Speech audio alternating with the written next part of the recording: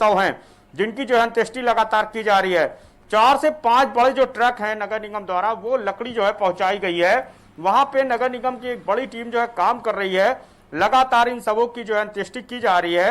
तो इससे साफ जाहिर हो रहा है कि किस तरह से जो है कोरोना के चलते जो है लोगों को अपनी जान गंवानी पड़ रही। और उनके जो परिजन है वहां पर जब उनसे बातचीत की गई तो वो साफ तौर पे बता रहे हैं कि कहीं ना कहीं जो है स्वास्थ्य सुविधाओं की लापरवाही के चलते जो है उन्होंने अपनों को खोया है।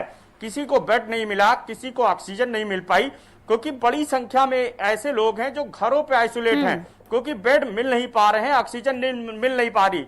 तो जो लोग घरों पे आइसोलेट हैं वो जो है ऑक्सीजन के लिए जद्दोजहद कर रहे हैं, बेड के लिए जद्दोजहद कर रहे हैं, और समय पे ऑक्सीजन ना मिलने के चलते उनको अपनी जान गंवानी पड़ी। तो ऐसे जो शव हैं उनकी काफी बड़ी संख्या है, और वहां पे लगातार जो है सुबह से ही दिखाई देता है कि किस तरह से जो है शवों को जलाने का जो सिलसिला है वो शुरू हो जाता है। हर तरफ रोना है, हर तरफ आंसू हैं, हर तरफ चित्कार मची है। कोविड कमांड सेंटर की बात करें तो शिवांगी वहां पर भी जो है सुबह से लोग पहुंच रहे हैं। लोगों को बस यही जो है वहां से मदद की गुहार रहती है कि क्योंकि जो उनके परिजन है वो सीरियस हैं, किसी का बेटा सीरियस है, किसी की माँ सीरियस है, किसी की बेटी, किसी का पिता, और ये लोग कोविड कमांड सेंटर पे पहुंचकर इस आस में जो है वहां पे गुहार लगाते हैं कि उनको बेड मिल जाएगा, उनको जो तमाम जो है सुविधाएं हैं स्वास्थ्य सेवा वो मिल जाएंगी। लेकिन घंटों बीत जाने के बाद भी जो है वहां से कोई जो है हल नहीं निकलता इनकी समस्या का। बिल्कुल, और देखिए अनूप, ये हल कब निकलेगा इसका इंतजार हम भी कर रहे हैं। अब हमारे साथ 2 सहयोगी और जुड़ चुके हैं। रवि हमारे साथ दिल्ली से जुड़ चुके हैं और कानपुर से हमारे साथ विवेक जुड़ चुके हैं। सबसे पहले विवेक का ही रुख कर लेते हैं। विवेक, कानपुर के हालात, मृतकों की संख्या, पॉजिटिव केसेस की संख्या आज क्या, क्योंकि कल देखिए लॉकडाउन था, आज क्या उसमें थोड़ी सी कमी आई आपको नजर आ रही?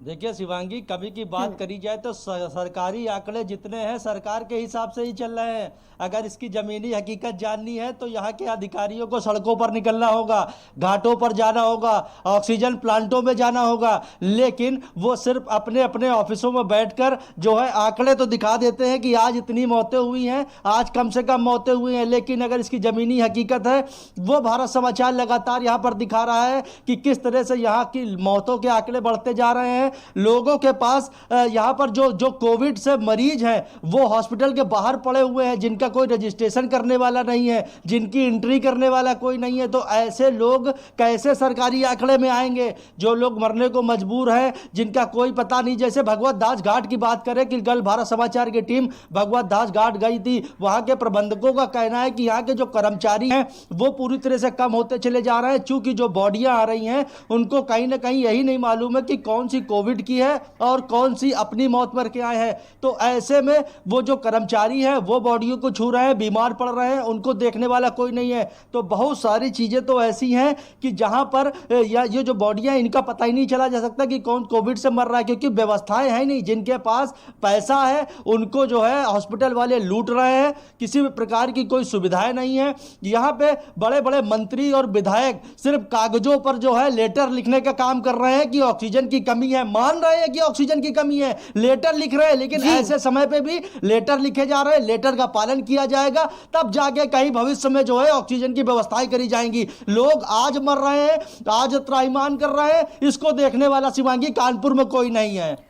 बिल्कुल एक और देखिए, अब दिल्ली के हालात तो इतने बिगड़ चुके हैं कि वहां पर तो 1 हफ्ते का लॉकडाउन रवि और बढ़ा दिया गया है, यानी कि अभी 1 हफ्ता और लगेगा उस चेन को तोड़ने में। आगे भी संभावना हो सकती है कि लॉकडाउन बढ़ जाए। बिल्कुल शिवांगी, देखिए समय की मांग भी थी कि लॉकडाउन को बढ़ाया जाए, क्योंकि दिल्ली की स्थिति लगातार खराब होती आ रही है। स्वास्थ्य सुविधाओं की अगर बात करें तो कहीं ना कहीं स्वास्थ्य सुविधाएं कोलैप्स कर चुकी है, चरमरा गई है। ऐसे में दिल्ली के मुख्यमंत्री अरविंद केजरीवाल एक बार फिर से आज सामने आया और उन्होंने 1 हफ्ते का लॉकडाउन को बढ़ा दिया। हालांकि मुख्यमंत्री अरविंद केजरीवाल ने यह भी कहा कि ये कहीं ना कहीं आखिरी हथकंडा है, आखिरी हथियार है लॉकडाउन, कोरोना को मात देने के लिए, कोरोना की चेन को तोड़ने के लिए। इसी कड़ी में 1 हफ्ते का लॉकडाउन और ज़्यादा बढ़ाया गया। अगर सुविधाओं की बात करें तो दिल्ली में सुविधाएं कुछ भी नहीं। मुख्यमंत्री जब खुद गुहार लगा रहे हैं प्रधानमंत्री से और अन्य राज्यों के मुख्यमंत्री से कि ऑक्सीजन सिलेंडर उनके जो राज्य से निकल रही है उसे रोका ना जाए, दिल्ली तक पहुंचाया जाए, तो आप समझ सकते हैं कि कैसी स्थिति होगी जब खुद एक मुख्यमंत्री सुबह का जब ये मांग कर रहा हो, लगातार गुहार लगा रहा हो प्रधानमंत्री से और तमाम राज्यों के मुख्यमंत्री से। तो आम जनता के बारे में सोचा जा सकता है कि क्या स्थिति होगी। दिल्ली में लगातार लोग सोशल मीडिया पर गुहार लगा रहे हैं कि ऑक्सीजन सिलेंडर उनके रिश्तेदारों को मदद पहुंचाया जाए, उनके दोस्तों को पहुंचाया जाए, पर व्यवस्थाएं पहुंच नहीं पा रही, बहुत ही लिमिटेड सुविधाएं दिल्ली में बची हैं, दवाइयां खत्म हो चुकी है, कालाबाजारी जमकर चल रहा है, लोग हरियाणा से, पंजाब से, राजस्थान तक जा रहे हैं दवाइयां लेने के लिए। बिल्कुल, और अभी देखिए यही दिक्कत, यही कमियां अरविंद केजरीवाल आज प्रेस कॉन्फ्रेंस करके बताते भी किसी वजह से लॉकडाउन बढ़ा है। अनूप का रुख कर लेते एक बार फिर से। अनूप, यहां पर अब ऑक्सीजन लगातार जो उसकी आपूर्ति है उसको बढ़ाया जा रहा है। लखनऊ में हालात अभी कैसे, यहां से कैसे नजर बनाई रखी गई है अभी तक फिलहाल?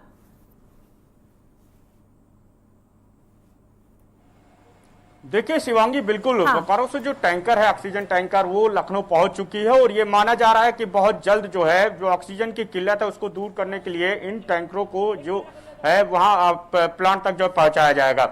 लेकिन सवाल वही है कि जिनके जो मरीज हैं जो बहुत सीरियस हैं उनको ऑक्सीजन नहीं मिल पा रहा है, क्योंकि ज्यादातर लोग जो घरों में आइसोलेट हो रहे हैं क्योंकि बेड मिल नहीं पा रहे हैं, तो लिहाजा उनकी मजबूरी है। लेकिन उनके जो परिजन हैं वो जब प्लांट पे पहुंच रहे हैं, ऑक्सीजन प्लांट पे, तो वहां पे लंबी लंबी लाइन में जो है उनको घंटों इंतजार करना पड़ रहा है। तो ऐसे में जो है यही एक समस्या बनी रहती कि अगर 4 घंटे, 5 घंटे, 10-10 घंटे वो लाइन में रहेंगे तो उनका जो मरीज है जो सीरियस है, जो ऑक्सीजन के लिए वहां पर जो है तड़प रहा है, तो समय रहते ऑक्सीजन नहीं मिलेगा तो जाहिर सी बात है कि उसकी जिंदगी जो है दांव पे पड़ी रहेगी।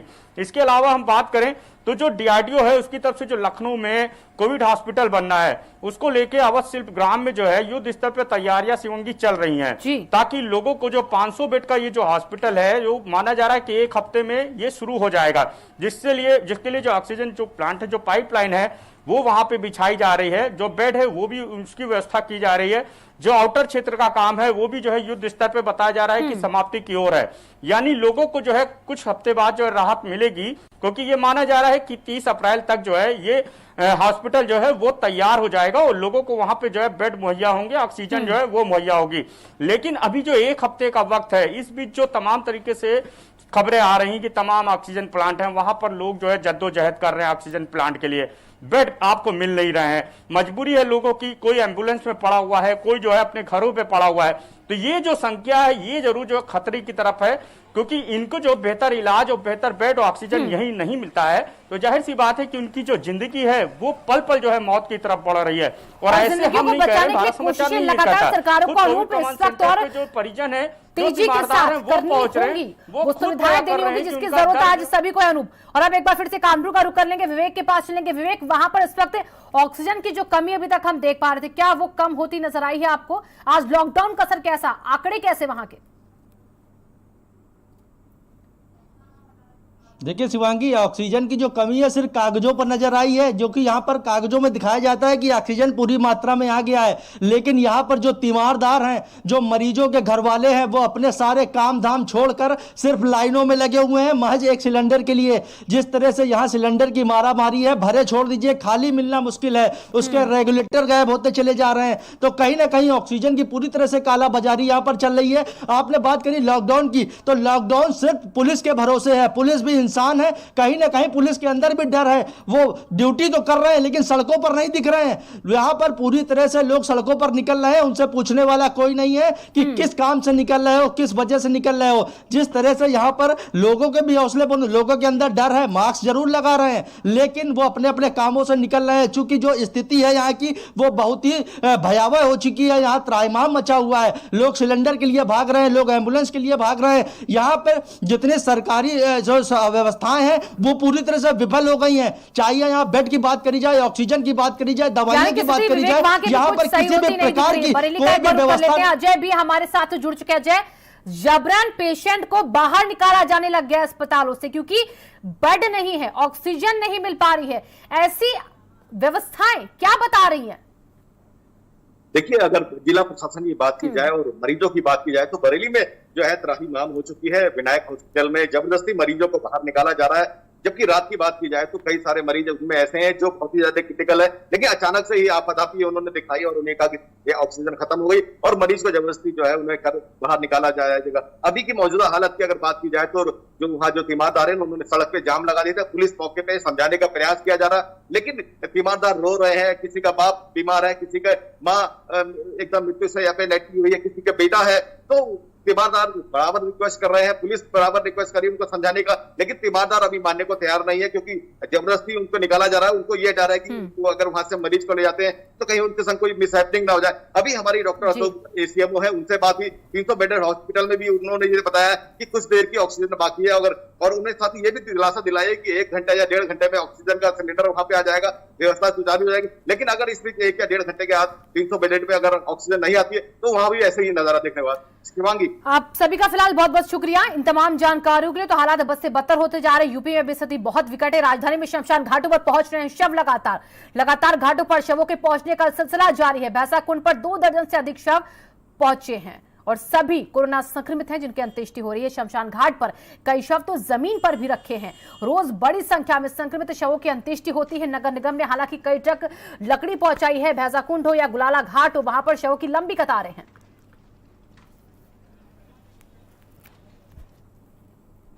राजधानी के जो